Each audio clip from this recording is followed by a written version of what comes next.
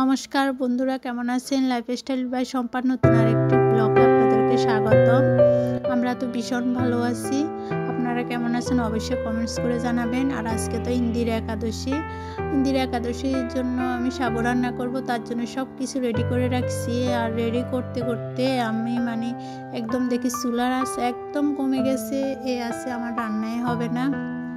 তার জন্য পরে রান্না করতে আসছি। আর এখন রান্না করতে আসিও দেখি চুলার আঁচটা এখনও বাড়ে নাই। যাই হোক, আমি কড়াইটা বসাই দিয়ে আধা ঘন্টা অপেক্ষা করার পরে দীর্ঘ আধা ঘন্টা অপেক্ষা করার পরে আমার চুলার কড়াইয়ের তেল হালকা একটু গরম হয়েছে। এখন তো গরম তেলে এলাচি দারচিনি দিয়ে দিচ্ছি আর কিছু গোটা জিরা দিয়ে দিব। আর আজকে তো একাদশীতে পাঁচফোড়ন খাওয়া যায় না, যার জন্য গোটা জিরা দিয়ে দিচ্ছি। এখন এগুলোকে ভালো করে হালকা একটু ভেজে নিব।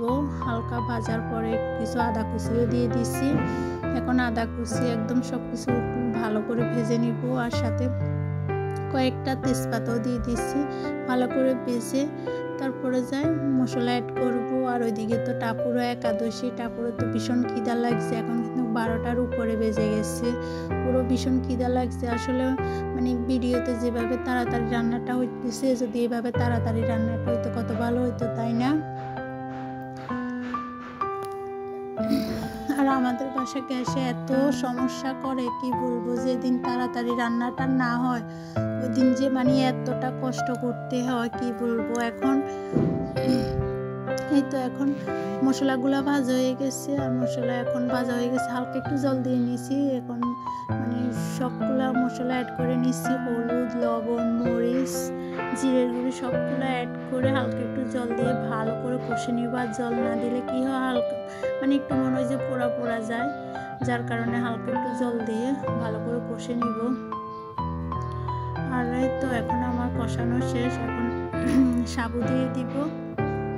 সাবু দিয়ে সাবুগুলো মিশাতে একটু ভাজাও করে নিব। আর ওইদিকে সাবুগুলো মিশানো হয়ে যাবে। আর এখন বৃষ্টি হইলেও ভয় লাগে, আর শীতের কথা মনে পড়লেও ভয় লাগে। ওই যে শীতের কথা মনে পড়লে ভয় লাগে, যার কারণে হচ্ছে শীতে গ্যাস একদম থাকে না। আর বৃষ্টি হলে ভয় লাগে, বন্যা হবে, আবার জল হবে, আবার কষ্ট হবে। এখনো কিন্তু আমাদের বাসার নিচে এখনো জল আছে।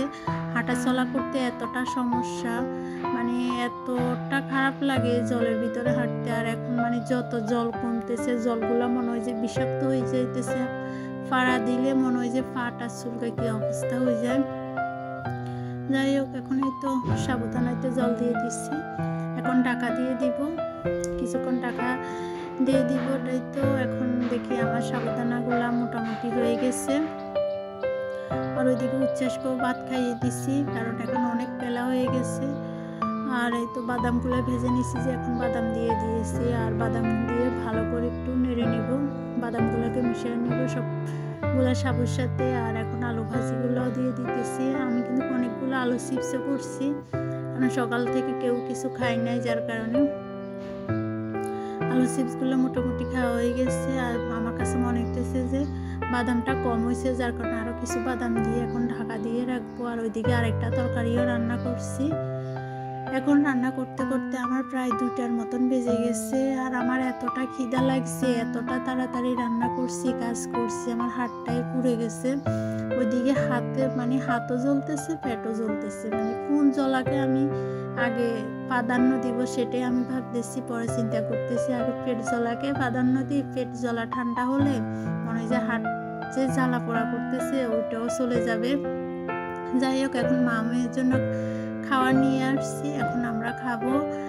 আর আমাদের ভিডিওটা কেমন লাগছে অবশ্যই কমেন্টস করে জানাবেন। যদি ভালো লেগে থাকে তাহলে একটা লাইক, কমেন্ট আর শেয়ার করে দিবেন। তাহলে আমরা খাওয়া দাওয়া করি। আজকের মতো বিদায়। সবাই ভালো থাকবেন, সুস্থ থাকবেন।